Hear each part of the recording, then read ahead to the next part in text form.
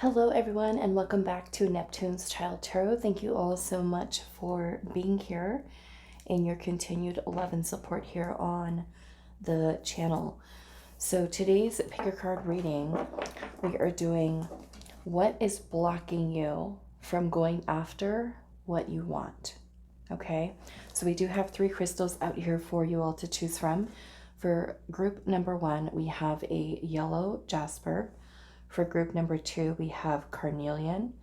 And then for group number 3, we have a tiger tail Jasper. Okay, so if you already feel drawn to one of the crystals, you can go ahead and skip right to the timestamp. It'll take you directly to your reading. We are going to be adding in one of these cards to help you with choosing if you need the extra help. So what is blocking you from going after what you want?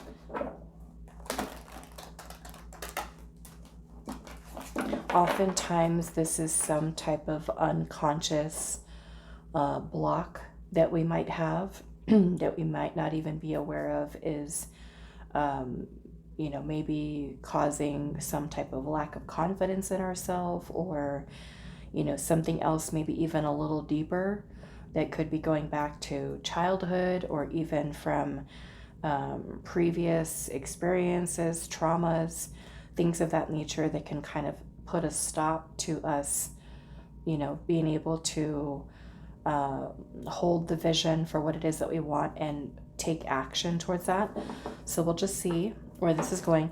If you do feel drawn to more than one of the groups today, that is perfectly okay for today's topic. Go with whatever you feel your intuition is drawing you towards. So let's choose something for group number 1 with the yellow Jasper. What is blocking you from going after what you want? Group number 1.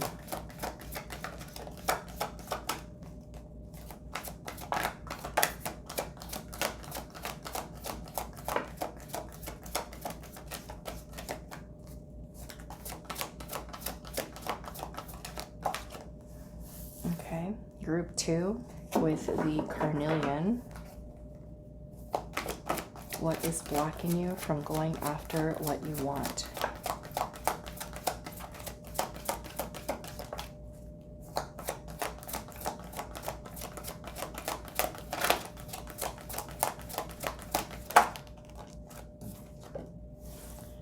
And group 3 with the tiger tail Jasper. What is blocking you? Okay, so let's see what we've got. Group number 1, we have dried flower fairy with number 11, and it says sweet memories.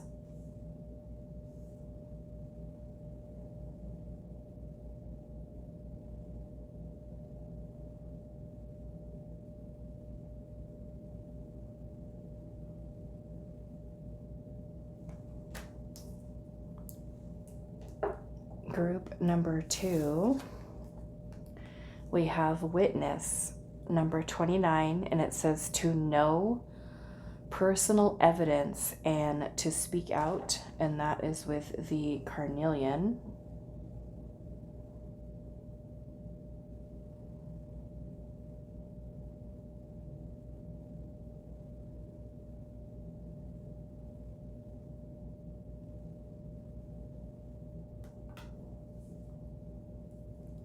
And group number 3, we have card number 40, Angel of Time, and it says working too hard. And that is with the tiger tail Jasper.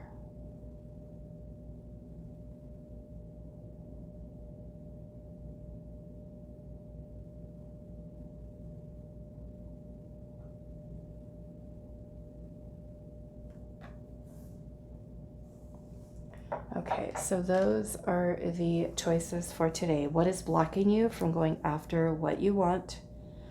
As I said, if you do feel drawn to more than one, just take a listen and see what resonates for you most. Timestamps will be down below for you all, and I will see you at your reading. Hi, group one. So those of you that resonated with card number 11, Dried Flower Fairy and Sweet Memories, card number 11, this is going to be your reading today. So we're finding out what is blocking you from going after what you want. So we have something here about sweet memories. So we'll see where this is going. We are going to pull some more oracle cards, and then we'll pull the tarot.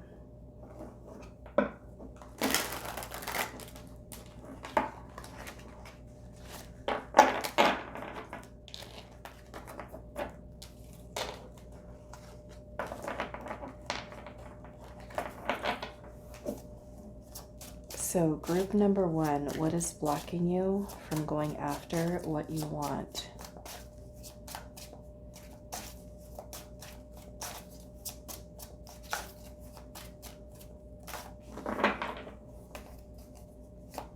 What is blocking group number one from going after what they want?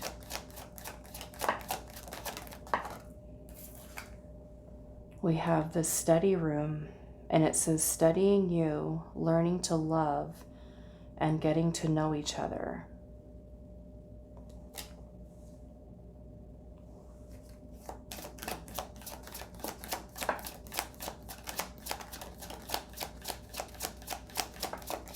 What is blocking group number one? We've got straw into gold, alchemy, reviving what was lost, creating something out of nothing. Okay.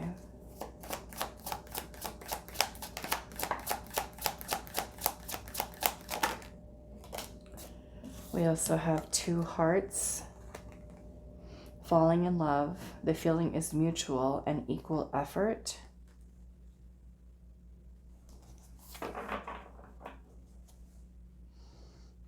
Okay, and then at the bottom of the deck we have magical gateway. It says go for it, on the right path, wonderful new beginning. She's also covered covered in butterflies. Wow. Okay.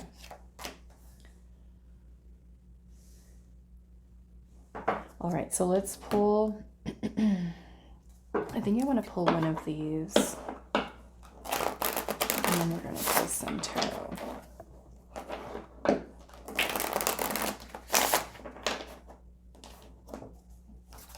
What is blocking group number one from going after what they want?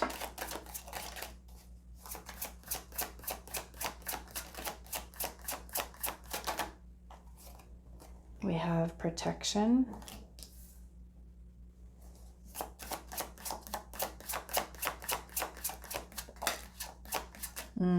Uncertainty.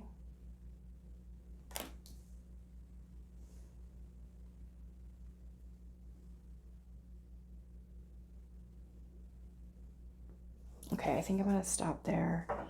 Let's pull the tarot.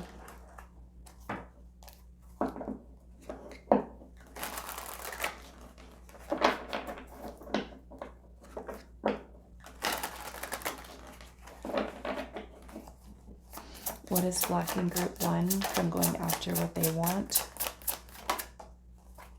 We have the Hanged Man. I'm going to put a little... Okay, so the Hanged Man. We have the Fool.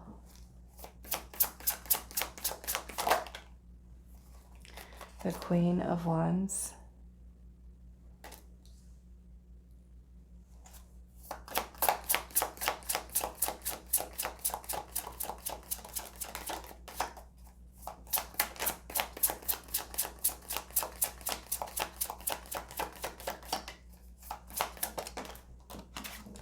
And we have the Two of Cups. Interesting that we have the Two of Cups here and we have two hearts. So what I'm getting here Our major arcana is the Hangman. Okay, so this is kind of like, I look at this as the main focus here. The Hangman is indecision. And I can't show you all of this card, but there is a guillotine, basically, that's kind of like swinging, supposed to be swinging back and forth over this person. And we have the Fool, well, actually the Fool, I'm sorry, the Fool and the Hangman. These are the two major arcanas. And so we've got this energy of indecision here. And the Fool energy is about taking a leap of faith.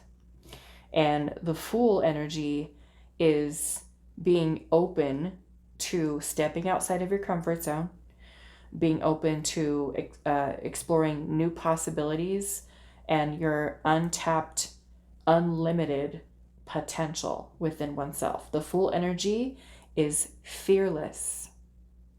Okay? It's leaping into the unknown, right? Here we have this kind of like this little path of uncertainty here with all these trees that are kind of warped and bent all over the place, where it kind of looks so very foggy, or we don't know, we can't see that path ahead. And so in a way, perhaps this is your way of protecting yourself. Okay, I'm going to look at this a little bit more, from making the wrong choice, right? Because here we've got the magical gateway. It says go for it, on the right path. So maybe some of you are even questioning if the choice that you're making is right for you. You know, is it going to be in alignment for you? With 2 hearts here and the 2 of cups, it almost makes me feel that some of you might have even more than one thing that you want to do. Your heart can be also maybe like in 2 different places. Like, just to give you an example, let's just say that the goal that you have, that you want, is, let's say you want to become a therapist. Okay, you want to become a therapist or a counselor, but then you are also very much into art, and you love both of them. And so you could be questioning whether or not choosing the path that is, you know, with artwork and creativity, is right for you, or is it, you know, something where you should pursue, going to school to become a therapist. Okay, so with the Queen of Wands is also the embodiment of confidence, of the potential for really stepping into your highest version of yourself. This Queen has a lot of potential, right, to still grow, to still evolve into the level of the King. Okay, so I feel like this might be self-esteem. It could be confidence in yourself to bravely go after what it is that you want. The Queen of Wands is a go-getter. She has a goal, she has a dream, and she has the belief in herself, the confidence in herself to make it happen. Okay? Believing in herself. So I'm still trying to figure out how the sweet memories kind of plays into this. But the study room here, studying you, learning to love, getting to know each other. I'm not really taking it so much as a message about love. Maybe it's your love for learning. Maybe it is investing the time and energy. Perhaps that's it. Because sometimes when we want to do something, we might think, okay, what do I have to do in order to make this happen? And sometimes if it does require learning, studying, right? Time, energy, things like that, that process can seem daunting. It can feel overwhelming, right? What are all the steps that we have to take to become a therapist? What are all the things that we have to do to become a great artist, a successful artist, one that makes money, right? So with the straw into gold, with alchemy, you know, I'm seeing kind of like this process of where it says creating something out of nothing. The process of alchemy is transmuting energy, one form of energy into another. So taking something that we are creating and making it meaningful for us, maybe purposeful, maybe with reviving what was lost, perhaps maybe with the sweet memories here, where there was something that you really wanted to do when you were a lot younger. you know, and your passion for it, your motivation for it, the drive, the fire within you, to just go for it. Okay, so I want to look at this a little bit more here. Maybe for some of you, even studying, you know, you're just like, ugh, I don't want to study. I don't want to learn. Not so much that, you know, I love learning, you know, personally. I love learning. I love studying. I'm always looking at things and investigating and researching and, you know, questions and finding answers and, you know, things like that. But for some people, the thought about, oh my goodness, I have to study this or I have to learn this, it can feel a little overwhelming, you know, especially with something new, because we might understand it. So reviving what was lost, you know, could mean many different things. Like I said, maybe it was a love that you had for it, a passion that you had for it before, and then really getting yourself into it again. You know, I've done a lot of readings for people over the years, and I've heard so many times where people have said, I used to do this and I loved it and I stopped doing it. You know, I want to get back into it again. I used to do this, I used to do that, and I don't do it anymore. You know, my life has gone in so many different directions and I don't do the things that I love anymore. So it can be very personal, right? Depending on what your story is. But let's look at the Hangman and what's going on here.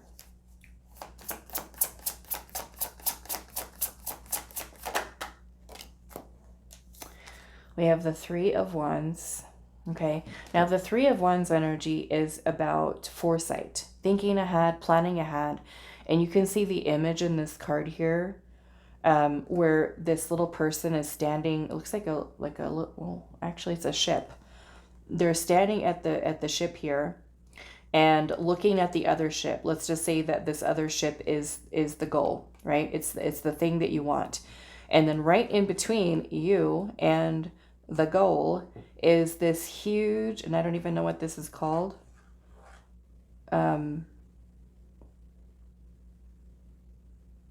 Is it a whirlpool? I don't know, you guys. I'm sure one of you know what it's called, but it's just like this huge vortex of, you know, this water that's kind of spinning, and it almost seems like it's overwhelming, right? To kind of get to this space. A lot to overcome. Also, the water looks kind of rough, kind of choppy. The boat, right, is also dark. There's a moon, it looks like. No, is it? It might be another little light here, but it could be the moon. But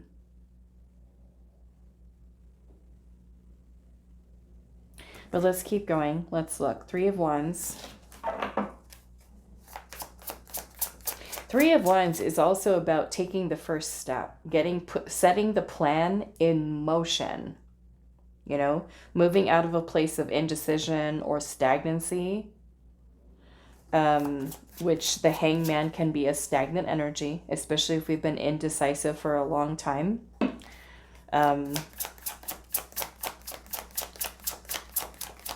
Why is the Hangman here? Also notice in this card here, there's a bunch of, looks like rats that are just kind of crawling around. So maybe that has something to do with feeling nervous. Also, he's tied down, right? Almost like limited, restricted, can't get up, stuck.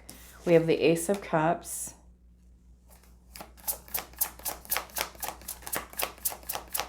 Interesting depiction of the Ace of Cups. There's a moon in this card. The moon in the tarot symbolizes confusion, uncertainty, self-doubt,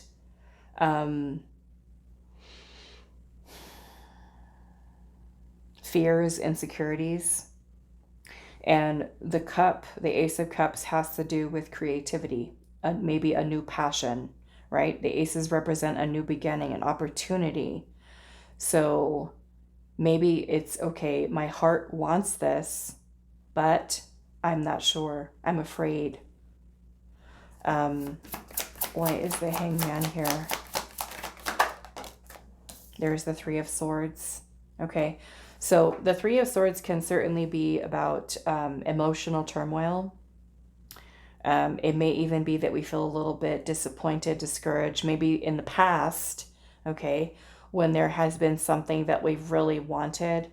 It could be that maybe it didn't turn out the way that we wanted it to, or, you know, kind of like old situations, you know, that we may have gone through with that. Now, we do also have the Three of Cups here at the bottom.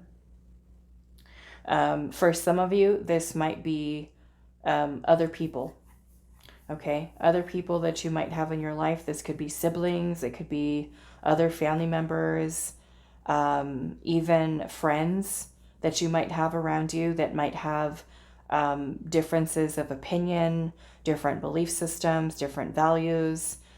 Some of you might feel like maybe, okay, if I choose this, am I going to be supported?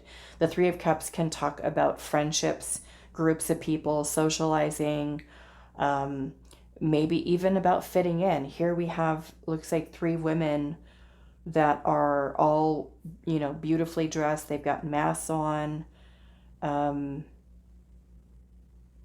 don't know, maybe for some of you, it might be a feeling of,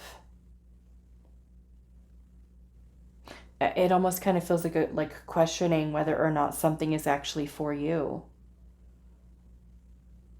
Some of you, what I'm also getting here is, what is that called?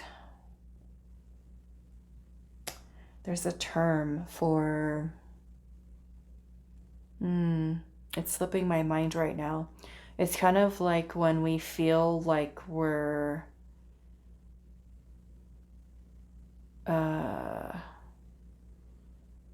when we're not, oh my goodness, let me take a second to think about what that word is. Okay, so the word that I was thinking of was imposter syndrome. Okay, imposter syndrome, and an identity crisis. Okay, here, like I said, these women are wearing masks. So maybe for some of you, you're feeling whether or not, you know, people, especially where, like, maybe if the thing that you want to do, like, let's just say with an artist, right? And maybe you feel like you're not that good, and you're surrounded by other people that are artists that have more time, more energy, more, not so much energy, but more time and investment that they've put into their skill set. So maybe they're more advanced than you, right? So you could be questioning, like, can I even be an artist? Can I even do this? Are people gonna know? So that may be part of it as well, is fitting in, having support, things of that nature.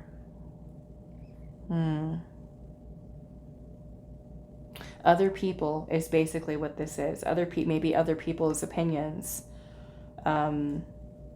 about you, okay? What they say, what they think of you. Judgment, criticism that's what that's making me think about. Okay, so let's look at the energy with the Fool here.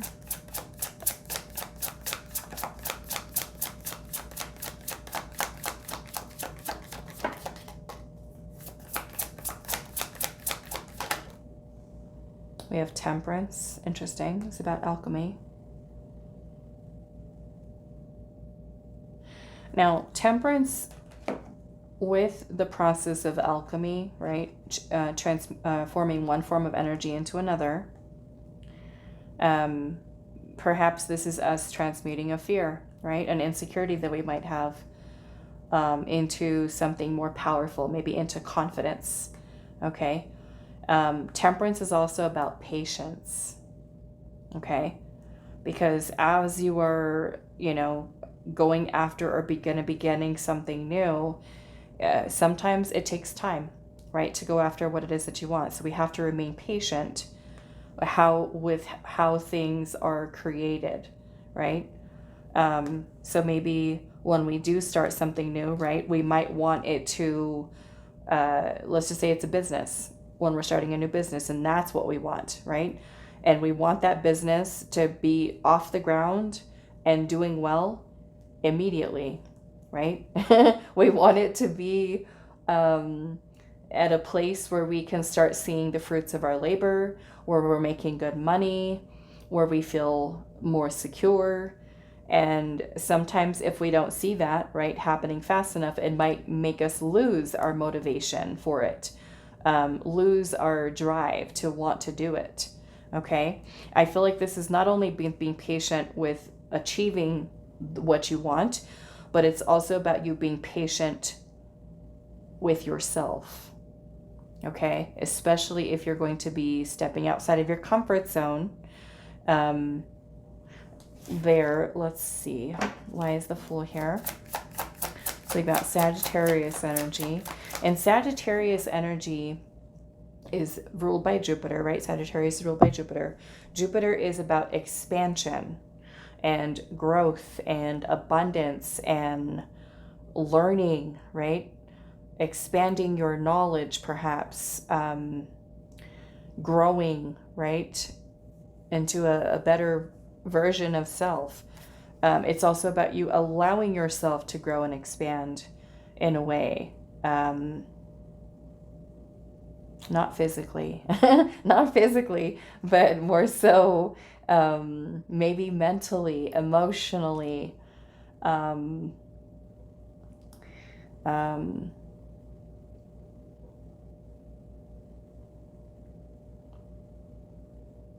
spiritually. Okay, with Temperance, spiritually. Let's see what else. I don't know, maybe some of you do want to grow physically, for those that may be vertically challenged. Vertically challenged. We have the Nine of Swords. That's anxiety, okay? Worrying, stressing. Here we can see how this person is kind of laying in bed, awake, sitting up in bed. Looks like in the middle of the night, holding on to his chest, right? So worrying. The swords in the tarot are about our thoughts, okay? And look at how all the swords are kind of hanging over the bed, like the thoughts that are in your head, right, while you're trying to rest. And the Nine of Swords is about sleepless nights, anxiety, stress, worrying, overthinking, overanalyzing, okay?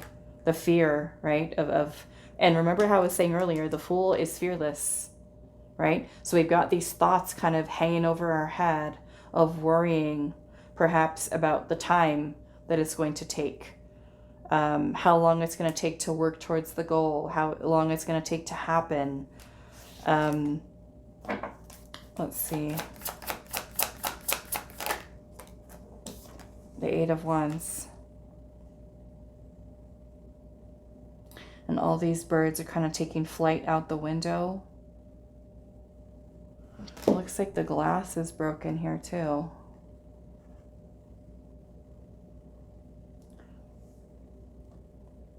I would kind of see that glass as kind of like a barrier. And now we've got the glass is broken. The birds are flying out. The Eight of Wands is about setting energy in motion. It's also about movement, okay? Progress. It's also very fast moving energy. Okay? So maybe for some of you, you know, it's rushing, feeling that you have to hurry up and get there, hurry up and get to the finish line. And I feel like part of the, because oftentimes I feel like there is that sense of urgency, right? And especially with, I mean, we're human, right? And our ego sometimes says, I want what I want and I want it now. I want it right now, right? To materialize into the physical world. And how quickly something happens, how quickly we can get there. And I feel like part of the I want to say the excitement is the journey, okay? The journey of getting there.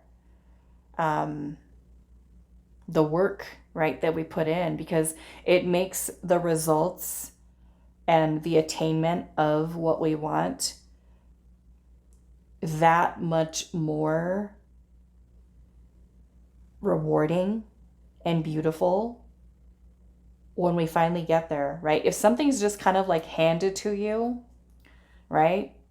You don't have that same feeling, that same effect as if you would if you put in all of the hard work, sweat, and tears, right, into really pushing and motivating yourself and to get there, you know, or the feeling that you have once you finally arrived, you know, being able to accomplish that, knowing where you've been, where you've come from, everything that you had to do to achieve that goal, and then the feeling of like, I did it, you know. So I feel like that in itself is something beautiful there. So let's look at, what is this energy about sweet memories, Spirit? What does this have to do with sweet memories?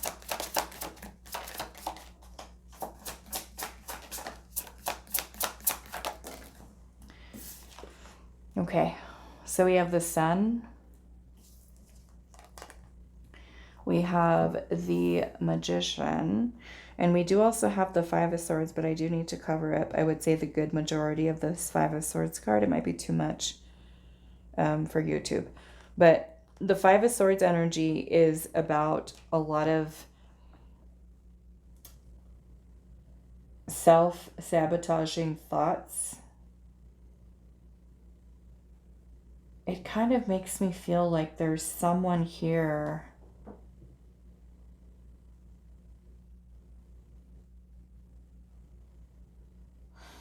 the Magician and the Sun. The Sun is a beautiful energy. It's about joy, happiness. I mean, they're in a field of flowers, you know, together. It's a beautiful energy. It's about success and joy, happiness. But with the Five of Swords being here, sometimes the Five of Swords can be self-sabotaging thoughts. It can also be when somebody, okay, there could have been someone in your life that said something negative to you. The Five of Swords can talk about a lot of psychological things, manipulation, betrayal, lies, mind games, okay? A person, I mean, it can even be about bullying, right? Someone who's saying something to you. Like I said, some of you might be worried about what other people are going to say, judgment, criticism. Some of you may have had someone who basically just, it almost kind of makes me feel like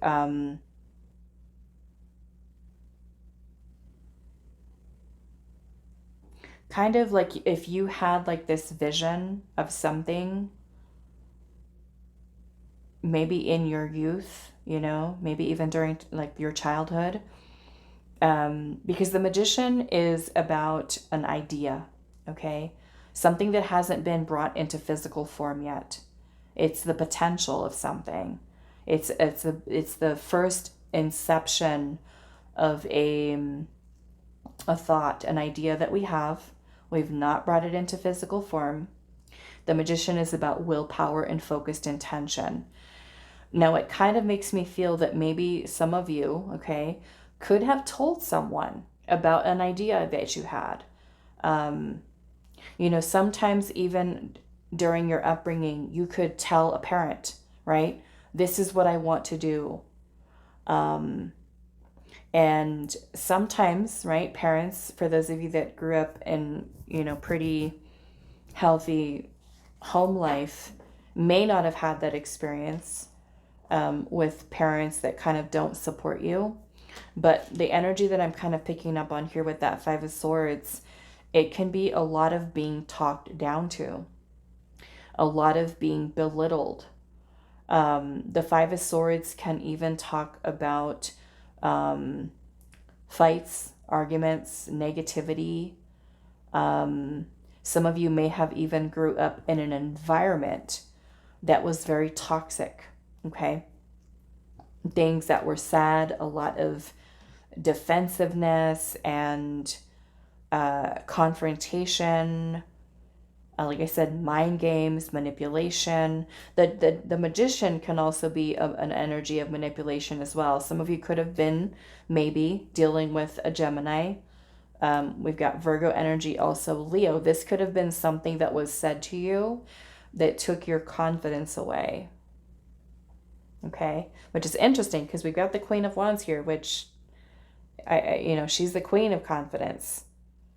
So it feels like something that may have affected your solar plexus, okay, which is your power, your confidence in yourself, your I am presence. I am capable, I am worthy, I am confident, things of that nature. Magician is mercurial energy. Mercury has a lot to do with communication. So, this could be the inner voice, right? The inner critic, being mean to yourself, okay? Saying mean things to yourself. Or like I said, it could have been energy that was directed at you by another person or even a group of people. So sometimes when someone says something to us, we hold on to that, right? And maybe it's painful at the time when we hear it. And it kind of takes our love for something away, our passion for something away. There's different ways in which this can kind of show up. One example is, let's just say that you're a child or a teenager and you really want to take, I don't know, some kind of class that they're offering in high school. And that class is something that may be, a financial investment for your parents. And maybe there's not a whole lot of money, okay, for you to take that class. And your parents basically tell you, sorry, we can't afford that, or we can't make that happen for you. And so we might start to feel like, okay, it's not possible for me to achieve that dream, that goal, because of XYZ. And we're trying to, argue with parents with how much we want that thing, or, to achieve something. And you might even have parents who just kind of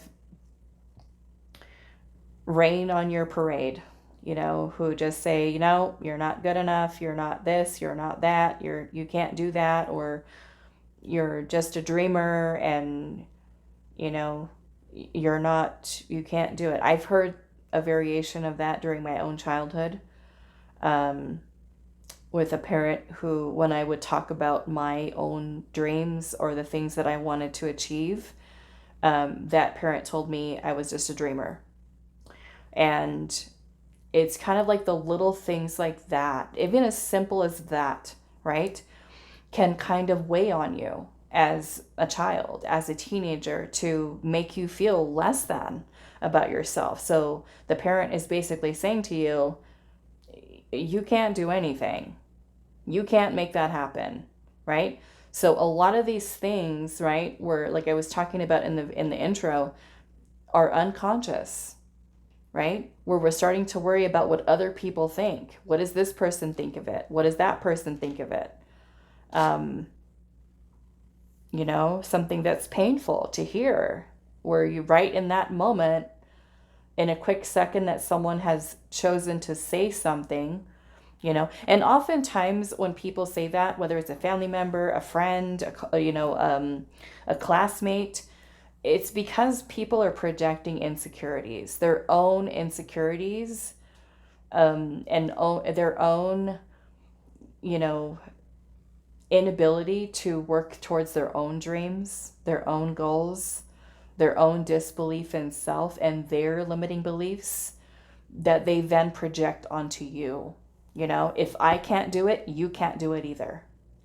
So, and those words, right, they hurt. And they can very much make it so that we start to have a very negative view of self and start to affect our ability to remain confident in ourselves, you know, and to be able to focus on what it is that we want. So with the sweet memories here, you know, like I said, they're both in the field with flowers. It's very dreamlike, you know. So maybe for some of you, part of this could be moving out of the state of just dreaming about something, okay? Because again, remember, we're talking about magician energy. It hasn't been brought into physical form yet. So it's an idea, a thought, right? That we have to put more intention, more energy towards, more focus, discipline, organization. So it doesn't just leave our mind. Okay?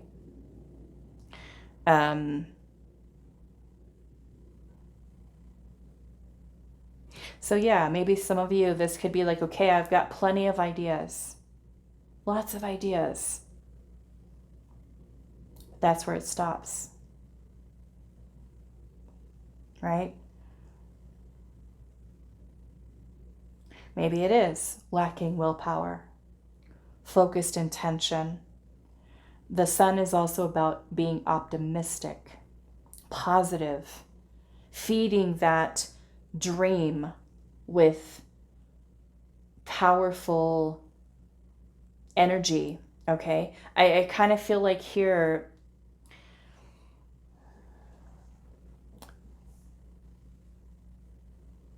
that it almost kind of feels like maybe for some of you, there's the positive and the negative, right? With the Five of Swords. And that being something that sends out kind of like this mixed energy, right? Where we feel good and we feel we're thinking about the idea, we get excited about it, but then the negative thoughts come in. I can't make this happen. I can't do this. I feel like I want to look at this Five of Swords.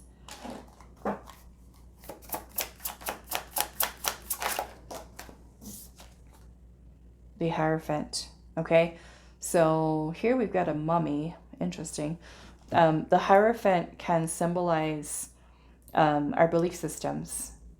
Okay, and sometimes these belief systems can be very limiting.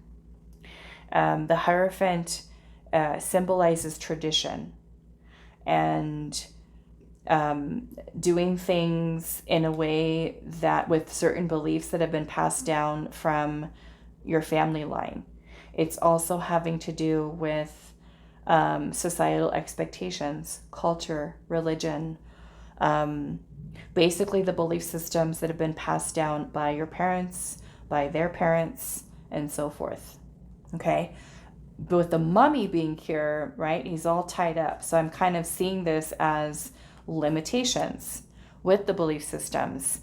So limiting beliefs. Okay?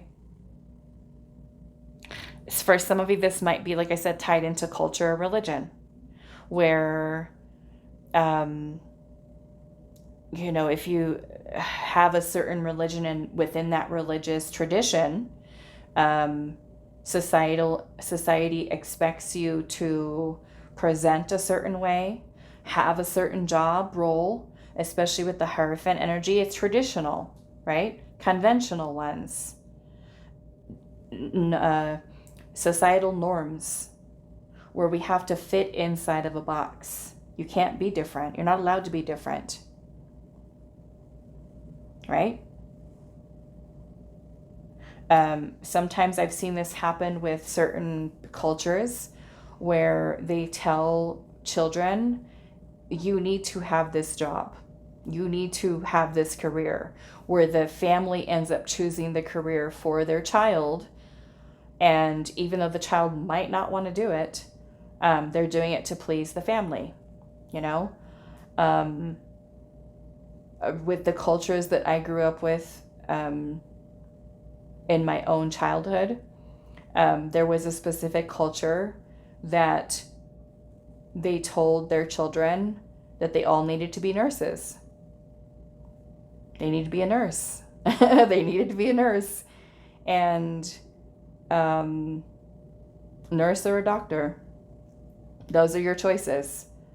You know, and I can understand where, you know, family, of course, they want the best for the children. They want, you know, the child to be successful and things like that. But it also takes away from that child's ability to, you know, choose something based off of their own desires and allowing themselves to discover themselves, their authentic self. Because the Hierophant is basically, we're told, this is what you need to do. This is how you must act. This is tradition. This is, you know, societal expectations, right? All of these things that shape us, all the experiences that we have, beliefs within our own family, beliefs within culture, beliefs within religion, beliefs within even other people that we meet, right? So what else? Five of Swords here.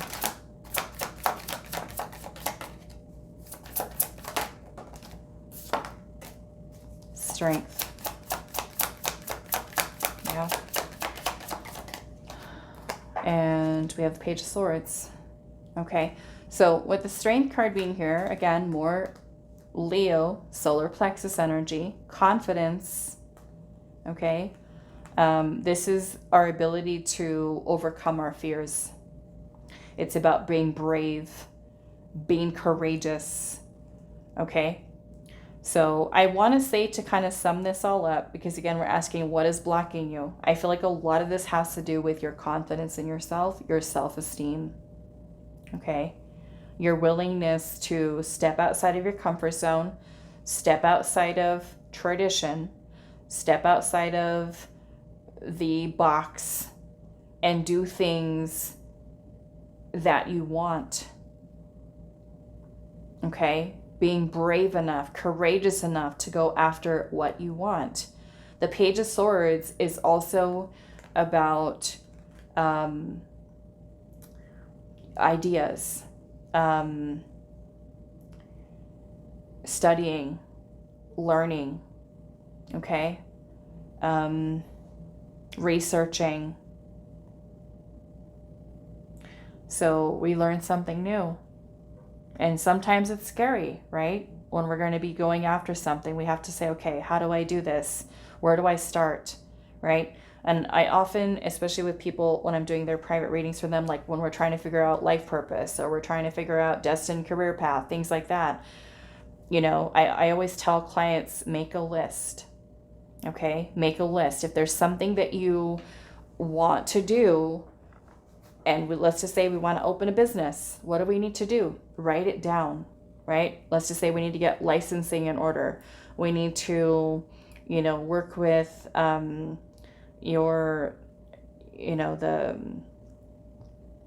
basically getting your ducks in a row, getting the paperwork, right, to be able to start that business. What's the business plan? What do we want to incorporate into the business? Who's going to be the clients?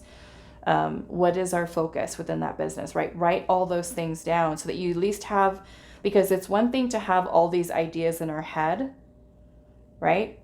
And sometimes they get lost, right? We might wake up one day with a great idea in our mind about something that we want to do, and then that's it. It's gone. Poof. Right? It disappears until it resurfaces later when Spirit's reminding us, hey, remember you wanted to do this? And then it comes in our mind again. What are we going to do with it at that moment? let's write it down. Let's journal about it. Let's talk to someone about it. Let's do some research. Let's get more information. Because sometimes the fear is, right, the unknown, the uncertainty. And if we have a little bit of information, we're more informed, right? It's oftentimes we're fearing because we don't know. We don't have enough information. So if we learn a little bit more, right, about it, then it'll provide us the tools that we need so we have a little bit more clarity, right, about what we're doing, how we're going to get there, what do we need to do, and have some kind of direction, okay, as to what is needed. We have the Two of Cups here as well, and the Two of Cups is also about a choice. Twos are about choices. They connect to the High Priestess. So let's see here, especially for those of you where there's two hearts here, right? We've got, maybe we're in love with two different things. Why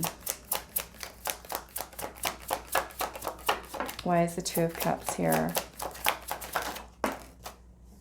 Queen of Cups.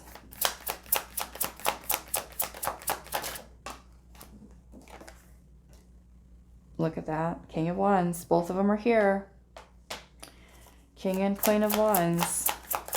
The King is about forging a new path for yourself. There's Justice. And there's the Page of Wands. So we've got everyone except the Knight.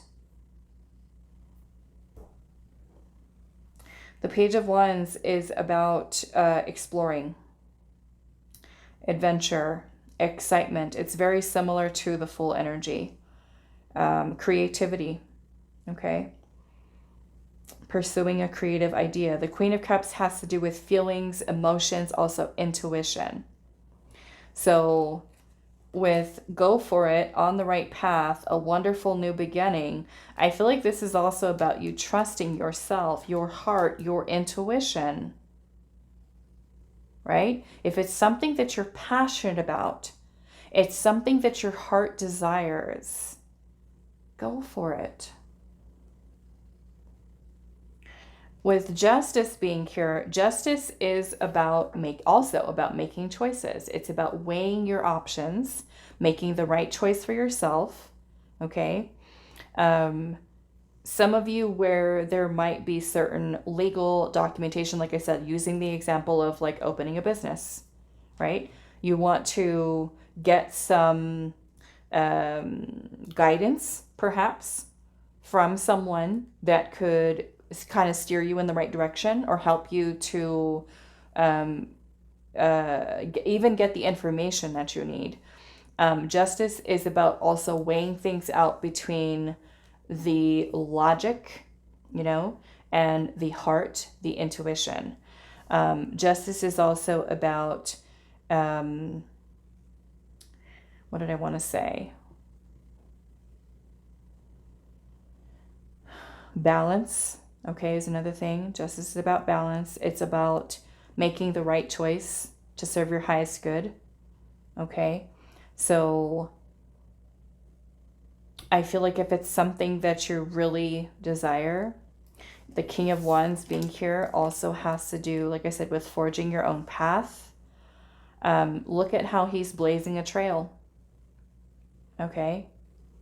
The fire energy, passion, desire, creativity, he's on a mission, okay? And you know that he's going. His crown is sideways. Like that horse is really going. And he's got a candle here, kind of like it's lighting the way, you know? So here, same thing. We've got the page, and there's, we can think of that little devil back there as your fears, like you're surpassing them.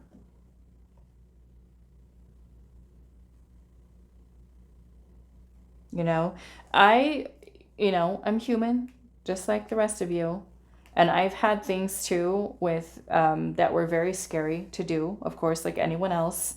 especially when I decided to take a break from nursing to doing this full time.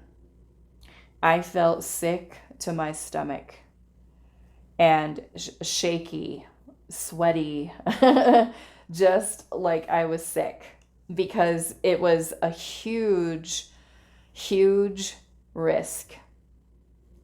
But this is where my heart was helping others in a different way, right? With nursing, yes, you're still helping people, but I felt like it wasn't giving to me, supporting me in the way that I needed it. I wasn't getting what I needed from that, you know? And this, as for me, is far more rewarding. And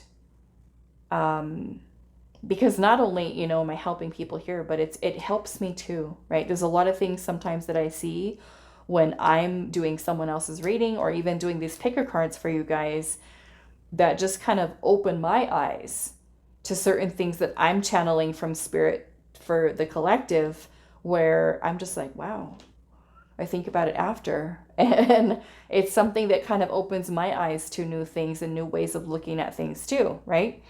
So I feel that, you know, with Justice here, she also looks nervous. She looks really nervous. But, you know, there's these two people that are there to support her, you know? So maybe for some of you, this is also surrounding yourself with people, you know, who do support you. You know, if there are certain people around that you feel are being fake with you, or they're being judgmental, not supportive, you know, of course, we could set boundaries, right, with family members. Sometimes it's necessary to cut certain people off. But I would also suggest surrounding yourself with people who are more like-minded and people who do inspire you. You know, it could even be a person who's doing what you want to do, where you can ask them questions. You can, you know, ask them about overcoming their fears. Actually, what I forgot to say was, when I transitioned over from nursing to doing this, I was so scared to do it. But I was tired of being afraid. And that fear turned into anger. And that anger was something that fueled my drive to no longer let fear hold me back. I was so mad at myself that I was like, no, I'm not doing this anymore. I don't like this part of myself that limits me. I'm sick of it. I'm tired of it, because it was affecting every area of my life. And so my fear turned into anger. And I got mad. And as a fire sign, I was so mad. And I was like, I'm doing this. I don't care. So this is what reminds me of that, is like that little devil that's like, ha ha ha, I'm coming to get you. And, you know, this page is just kind of sees it there, but it's surpassed it, right? Yeah. So let's see if there's any other message that Spirit has for you guys. So at least we know, right, where the fear is, or where the block is. And now we can start to tackle that. Okay? We can start to work on it. So anything else for group number 1? Yeah, we look at this. We've got the monster within, an internal struggle, personal challenges, and wanting to improve. And I feel like if you're willing, right, you acknowledge, you reflected within the self, we have self-awareness, we can change it. We can change it to overcome that monster within, right? And sometimes, again, that monster might start off small and then grow bigger and bigger and bigger into this huge fear, right? Maybe, or lack of confidence that does block us. So the monster within, maybe it's the negative thoughts for some of you. We've got the clockwork pumpkin. It says a wonderful idea and the aha moment. Okay. And then we have, I can't even, what is this? Menad. It says madness, ecstatic ritual, and energy release.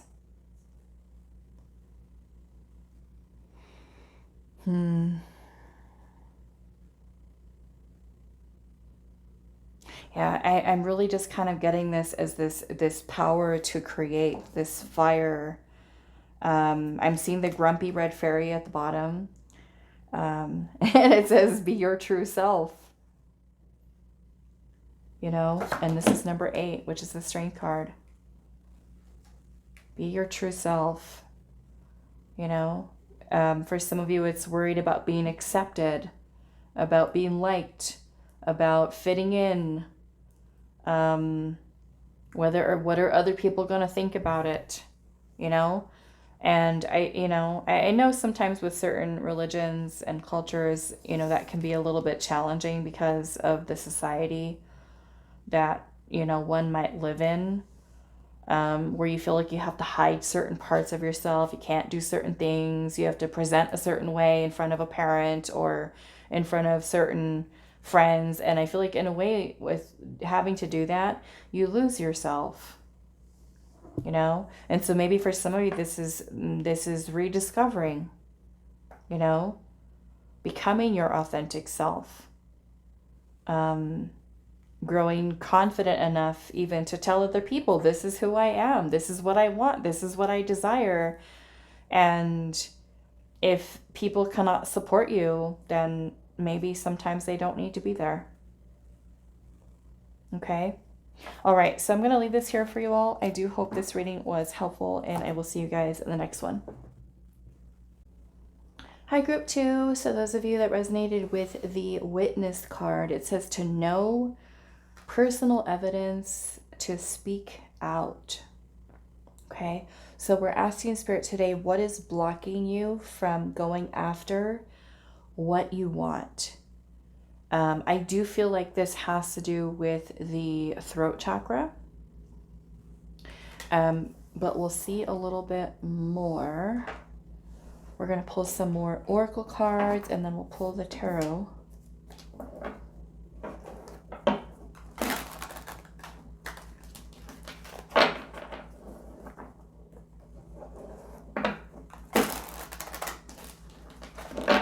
So group number 2, what is blocking you from going after what you want?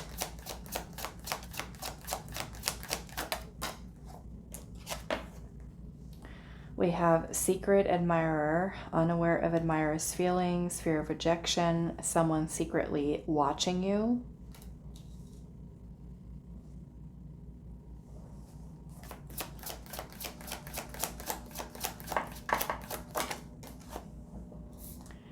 We have healing heart, opening your heart, healing old emotional pain, and preparing for new love. We have radiant sun, confidence, success, and enthusiasm, optimism, and fulfillment. What is blocking you from going after what you want?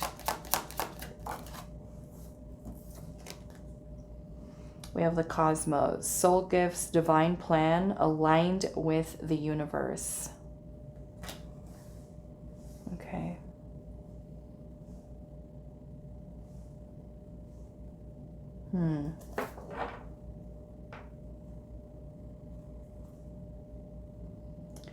At the bottom of the deck, we have sacred cycles, and it says, let go of the old, honor the cycle you are in, and what goes around comes around. So we're going to leave that there.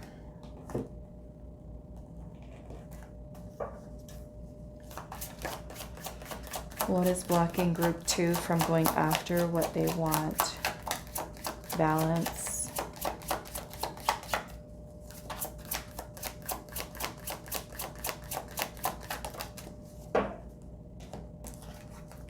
And we have longing. Balance and longing. Let's pull the tarot and see what's coming through here.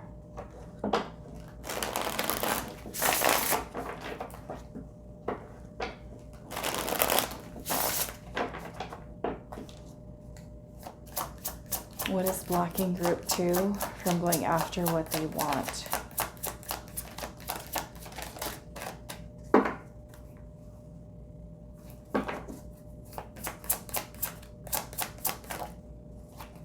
The 5 of Cups.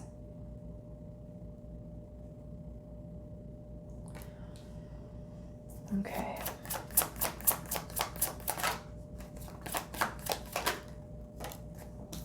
The 4 of Cups. Okay, so this very much has to do with your emotional health, okay? Your emotional well-being.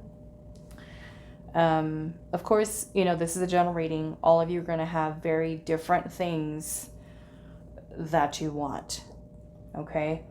So, but we're looking at what the block is here, and we've got the cups, or the cards that are coming out. We've also got the healing heart here.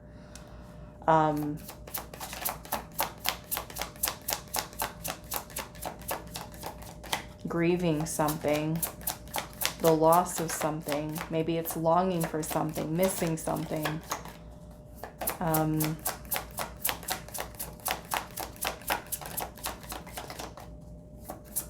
5 of Cups can sometimes be about depression, okay? The 4 of Cups is bordering along that line of mild depression into maybe even a deeper depressive state.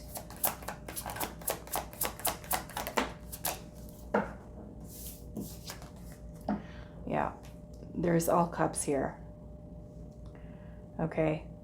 Some of you, this might be over a relationship. If you just went through a breakup, okay. If you're still healing from even, I mean, this could even be a friendship. A friendship could be even like a business, okay? The 2 of Cups can even talk about a business partnership. But we're grieving something here with the 5 of Cups. It can be about, sadness, pain, emotional turmoil that we're going through. And move this a little bit. And it can definitely put us into a space where we feel discouraged, we feel disappointed. The 4 of Cups is feeling unsatisfied, indifferent. We could be in such a deep state of pain and grief that we feel checked out of life. Okay, with that 4 of Cups, meaning that there could be opportunities that surround us, but if we're kind of just completely consumed by our feelings, by our emotions, we're not going to notice the beauty of life around us. Like I said, it's kind of like we're just checked out. Okay, so I'm going to pull a little more here. What is blocking group 2 from going after what they want? So with balance showing up, perhaps there is a need for emotional balance. And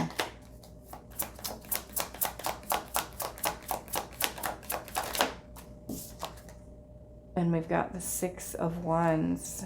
6 of Wands. I think I want to pull one more if we can fit it in here. And the 10 of Cups.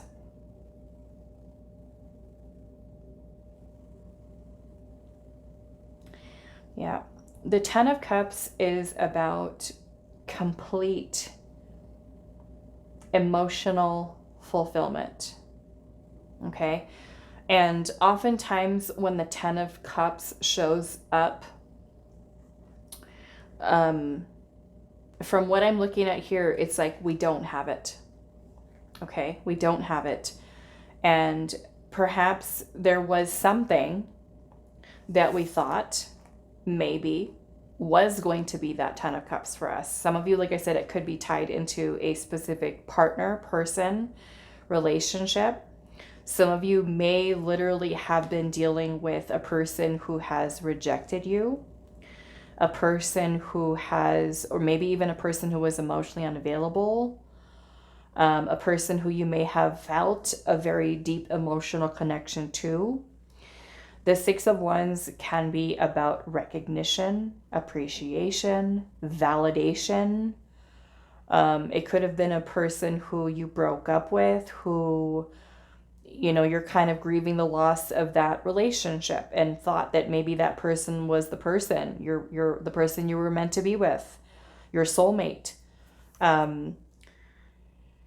And, you know, sometimes we can grieve the loss of what once was. You know, this can be about wanting to be seen, wanting to be acknowledged, recognized, appreciated. Maybe some of you felt undervalued by someone. So this does look like the block that's here is because of past energy. Okay? Past energy that we're dealing with. Something from the past. You know, maybe for some of you, what it is that you want is love, connection.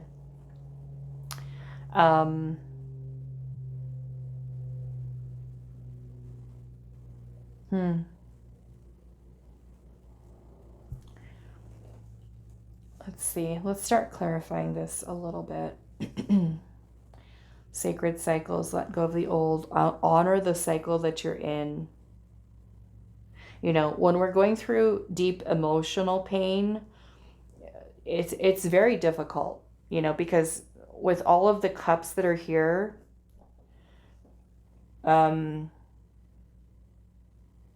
which is interesting because it says honor the cycle that you're in, and the Six of Wands is about acknowledging something. So maybe this is Spirit's way of also saying that there's a need for you to acknowledge your emotional state. Okay? Especially if the thing that you want has nothing to do with love. Okay? Let's just say that you did go through a bad breakup, a divorce, a loss of a friendship, a loss of a family member, a pet. But there is something that you do want that has nothing to do with love. Okay? But because of where the emotional state is, you know, this is very heavy with the Cups energy, which is often indicative of a person who is consumed by their emotional state, which means that where the mental space is, spiritually, physically, this is being out of balance. Okay? And so we do have balance here. So there is a need for balancing the emotions, because I'm sure you know when you're in a depressive state, when you're feeling unhappy, unsatisfied, the Four of Cups can even be about boredom. Okay? Feeling a lack of emotional fulfillment, emotionally unavailable, right?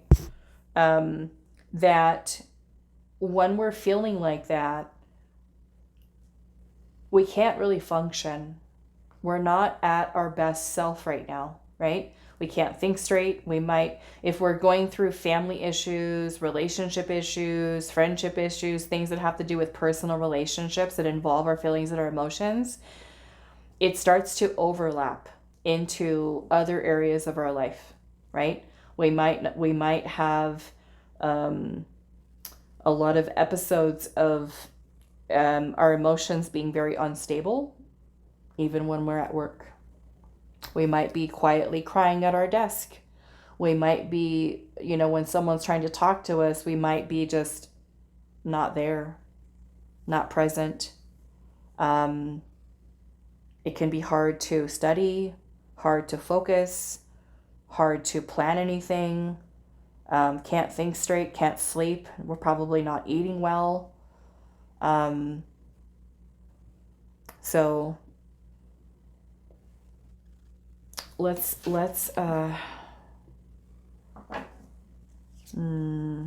yeah. At the bottom of the deck, I do have to cover up one of the images, but we've got the Knight of Swords here, and then right underneath that, we've got the Five of Swords, okay? Five of Swords can even be resentment, anger. It can be when we've been a victim to mistreatment, a person who said something to us, done something to us, and some of you might be feeling very angry right now, okay? Very upset.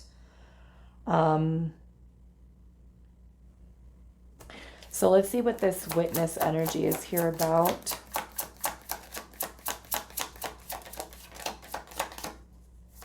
So it kind of feels like there's energy here from your past that is distracting you. Okay? That could be weighing you down energetically, emotionally. Perhaps there's a lot of questions that you might have in your mind at this time about why something happened the way it happened.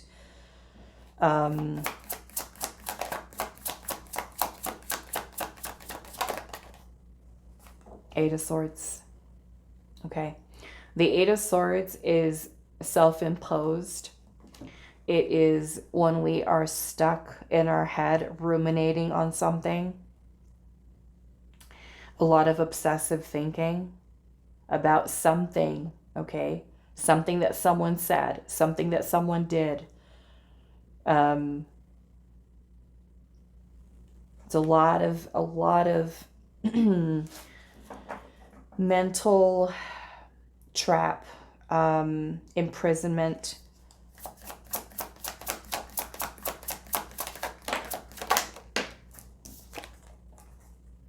King of Swords. Some of you, this might have to do with a air sign. Gemini, Libra, or Aquarius. We've also got the Knight of Wands. Aries, Leo, Sagittarius.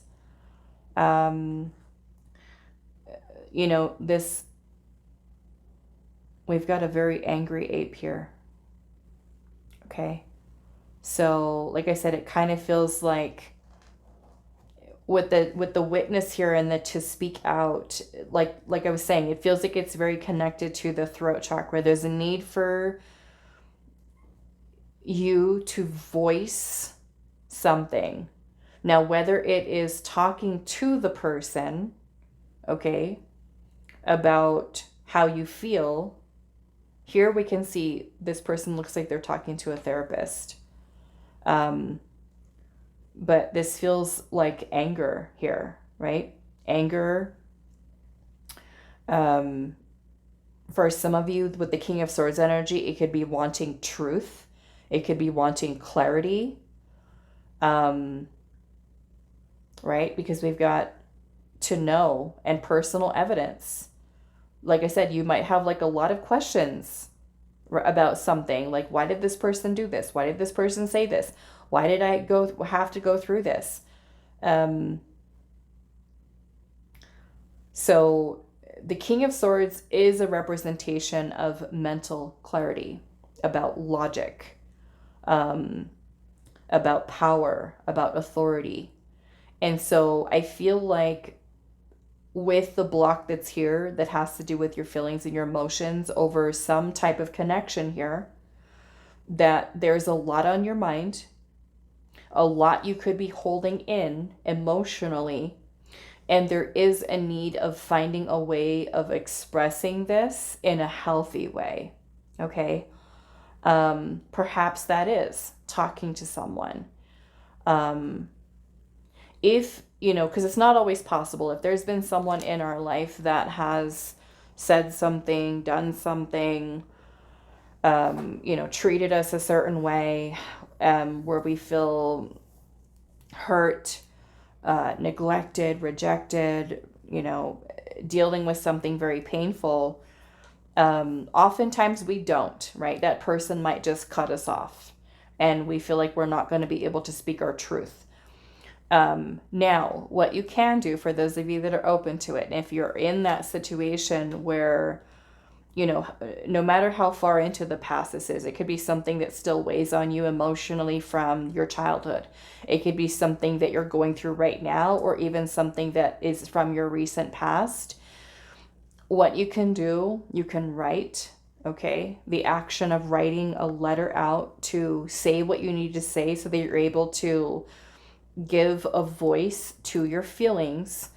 The other thing that you can do is you can visualize, okay? Because it's not always possible to talk to people. Sometimes it's just, the person doesn't want to talk to us, or they're not open to listening, whatever the situation might be. But what you can do is you can sit quietly, okay? And you can close your eyes if you want to, or you can leave them open. And what you can do is you can imagine that that person is there before you. And you are going to pretend that you might even set the intention that you're going to talk to their 5D self. And you're going to let them know how you feel. You're able to release this energy through the power of your voice, your words, and being able to speak your truth. And that might be something that helps you to balance your energy. Okay.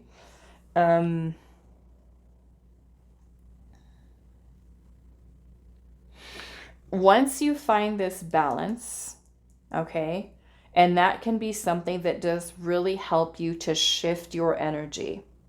Okay. Because with the radiant sun here, right, confidence, success, enthusiasm, optimism, and fulfillment, if we've got a lot of this emotions that are kind of weighing on us very heavily, weighing us down, keeping us out of alignment, taking our joy away, our happiness away, also taking time to nurture the self, to heal, to be kind, patient, compassionate towards yourself, okay? Nurturing you. With this shift of energy, it can help you to align to your goals, by being willing to release, to let go.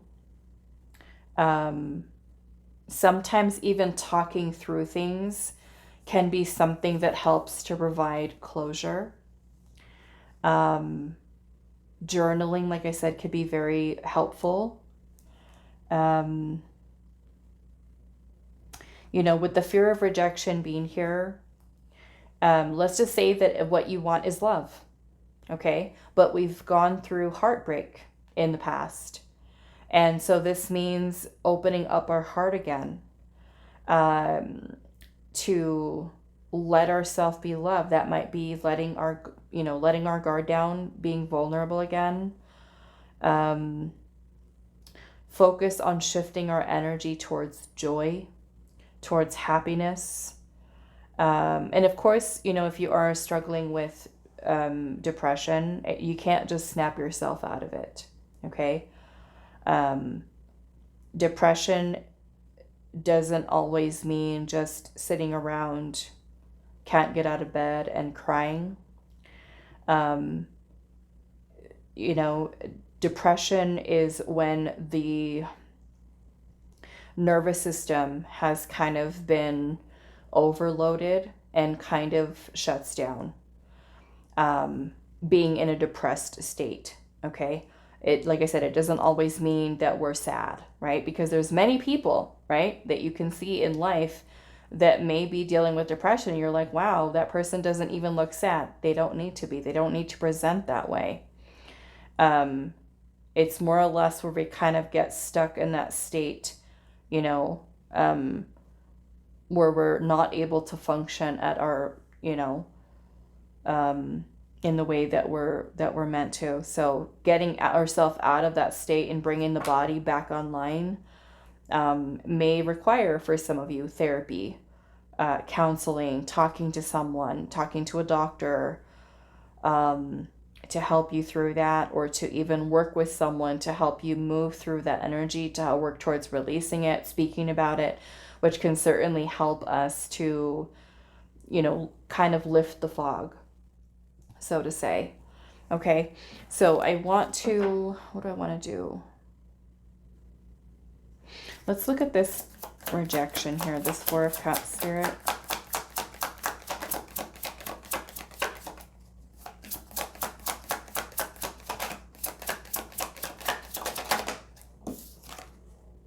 Ten of Wands. Yeah, it feels like something is weighing on us energetically here with this. We've got the Ace of Cups in reverse, which is talking about repressed feelings, blocked emotions. Okay. Blocked emotions. So if our emotions are blocked, we may even have blocked creativity, blocked intuition. The Ten of Wands is about burden, heaviness. We may feel very drained, burnt out, tired, exhausted.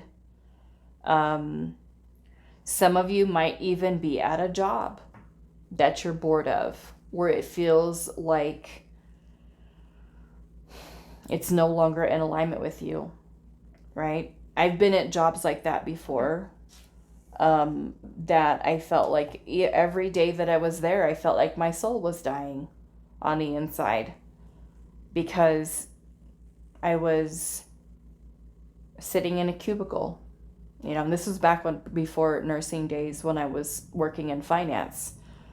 And at first, you know, I loved it. I loved, you know, working with financials and stuff like that. But after a while, I was like, no, I can't. Like, this is just, it feels like it's just draining me, and not in a good way. So we've got the Strength card here as well.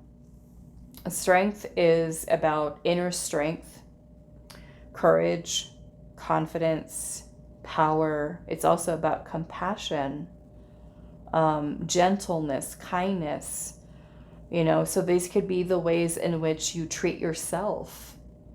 Okay, you treat yourself right now. What else did I want to say? Spirit's bringing me back over here.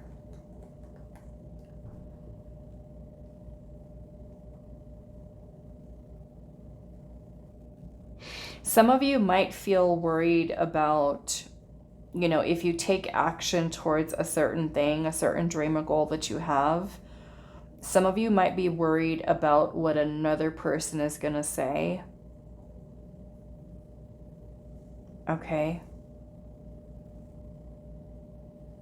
It could be for some of you, it might be a parental figure.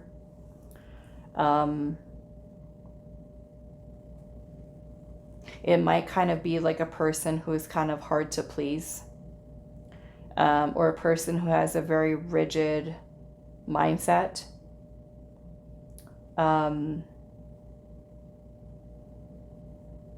Yeah, perhaps a little bit of a rigid way of thinking. So tell me more, Spirit, about the cosmos, soul gifts, divine plan aligned. There's the Page of Cups.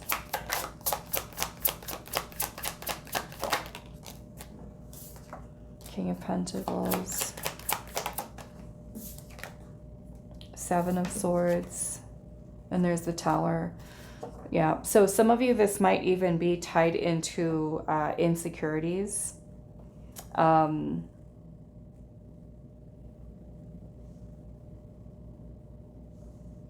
I'm feeling this, the state of the mind here. The Seven of Swords can sometimes be about scattered thinking, a lot of disorganized thoughts. So it kind of feels like the state of the mind, the emotions. There's something that's out of balance here. So there's a need for grounding. Okay, most certainly a need for grounding. And the way that we can get grounding is by going outside, spending time in nature, going for a walk, going for a run, going for a hike. Spending time in nature where maybe we go to the beach. We go into the forest. We go for a nature walk. We spend time in the mountains. We go stay up in a cabin for the weekend. You stay by a lake, a river, the ocean, something that is outside of the city. Okay, if that's possible for you, go and taking a drive out to the country, something that is more remote, something that can offer peace, quiet, solitude, and I feel like it's also for you, group 2, being willing to let go, which I feel like is what this is, because we're kind of holding on to things here. So something that we're holding on to emotionally that is throwing our energy out of alignment, right? So in order for us to bring ourselves back into alignment, back into balance, is we have to be willing to let go, right? Moving through the process of grief, whatever that grief is over. Not to say that we have to hurry up and get over it, but we do have to be willing to honor, right, the feelings, the emotional state that we're in at this time, to give a voice to the pain, talking about it to someone, talking out loud. What I've done in the past when I didn't have someone to open up to, I used to use the recorder on my phone, and I would get it out. And I would cry sometimes. I would yell. I was angry. I was sad. I was hurt. And I would use my phone to let it all out and feel more peaceful, because it wasn't all built up all inside of me. I was able to talk about it, even if it wasn't to an actual person. And what I would do is I would go back to that recording maybe like a week later, and I'd listen to myself without judgment, and hear the pain in my voice and the anger and the hurt, and honor that, because it is part of our journey, right? Whatever experience that we're going through. So honor that time, honor the feelings, the emotions. Don't try to rush yourself through it, right? Everyone heals in their own time, but the idea is that you're willing to let go. Willing to let go, willing to step into a new version of you, one that can open yourself up to new. Like, let's just say if what you desire is love, right? But yet we've been hurt in the past, and that is the block, right? Is feeling hopeless, that it's never going to happen for us, that, because we've dealt with rejection in the past, that, no one's ever going to love us. No one's ever going to see us. No one's ever going to acknowledge us or appreciate us or value us.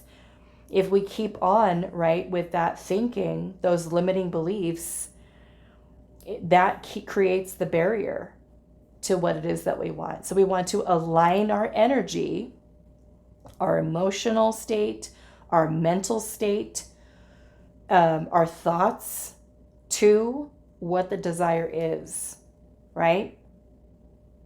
If we're trying to manifest love, let's just say, into our life, hopelessness and rejection or fear of rejection, right, are not the same.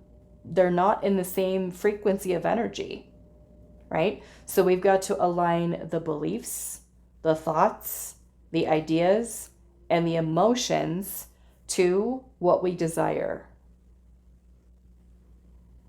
which means we want to have self-awareness.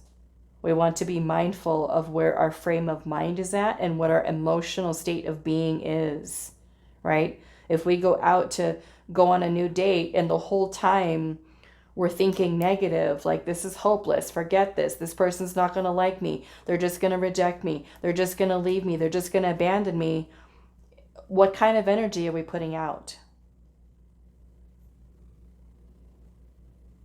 Okay, whatever that thing is that you want, we want to align the energy to it, to know that we're worthy of it.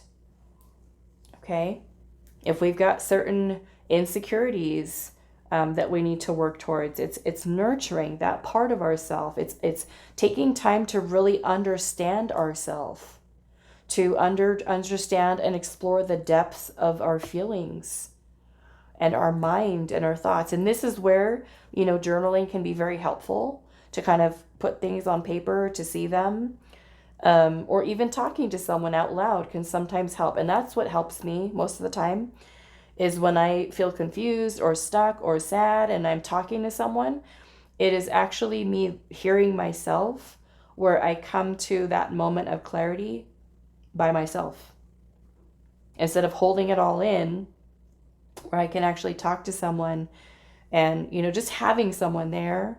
Or again, like I said, if not, use your phone, use the recorder function.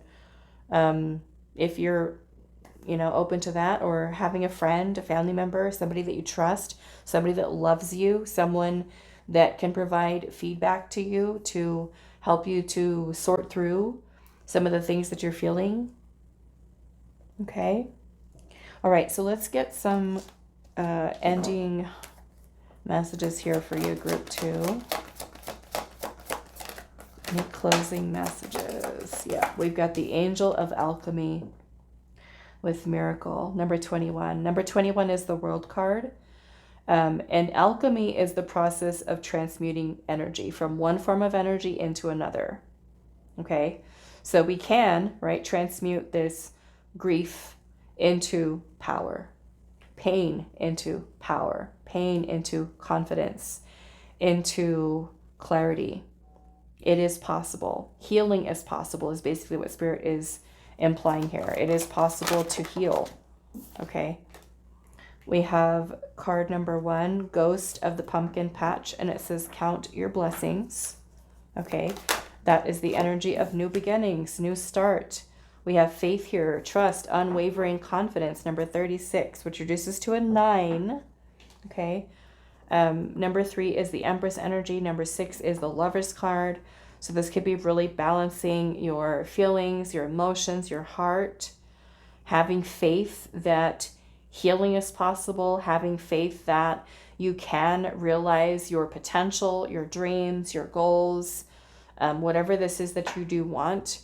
It's learning to trust again, learning to trust yourself, learning maybe even to trust others. Okay.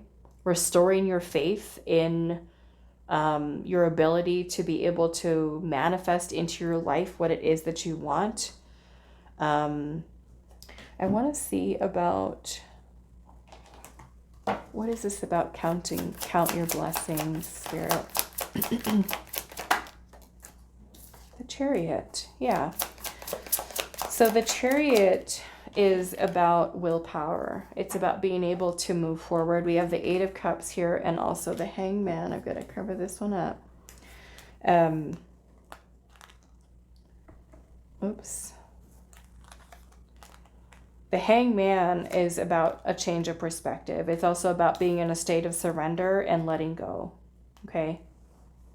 Because holding on, right, to these energies from the past is what causes suffering for us, because we're lingering in that energy.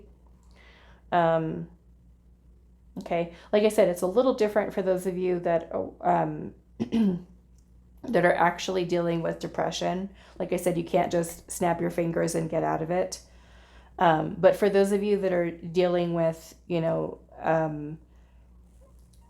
something temporary, right? Grief that you're experiencing because of some type of experience that you've gone through. I feel like the important thing is noticing that the state of the emotion that we could be in at that time, it is temporary. It's helpful to allow ourselves to honor the feelings and let them move through them. Let us move through them, or them to let the emotion move through you and observe it. We don't want to become the emotion, right? We want to honor it, let it flow, let yourself cry, purge if you need to, even if it's anger, okay, that you feel. Allow yourself to feel the anger, to honor it, the pain, the sadness. Don't try to suppress it and, to force yourself to pull it together. If you're not okay, talk about it, express it. There's healthy ways, right, of being able to express anger. But with the Chariot here, the Chariot is willpower. It's determination.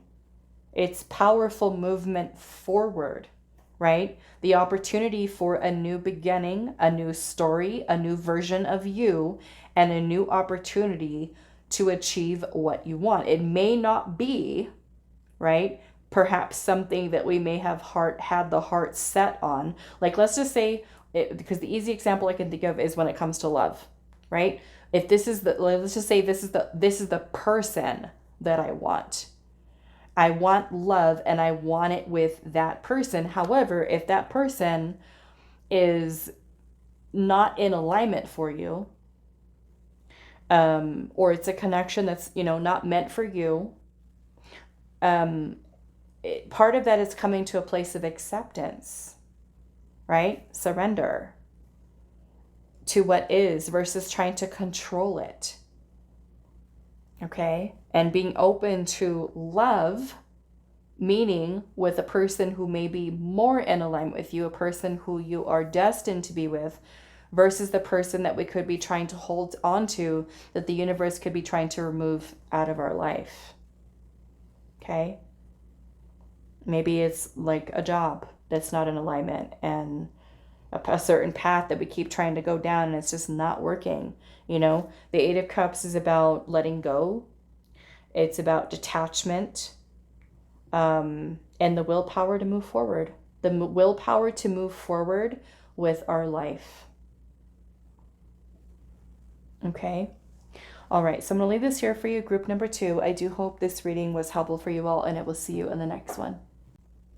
Hi, group number 3. So those of you that chose the Angel of Time, it says working too hard, card number 40. So today we're asking Spirit, what is blocking you from going after what you want?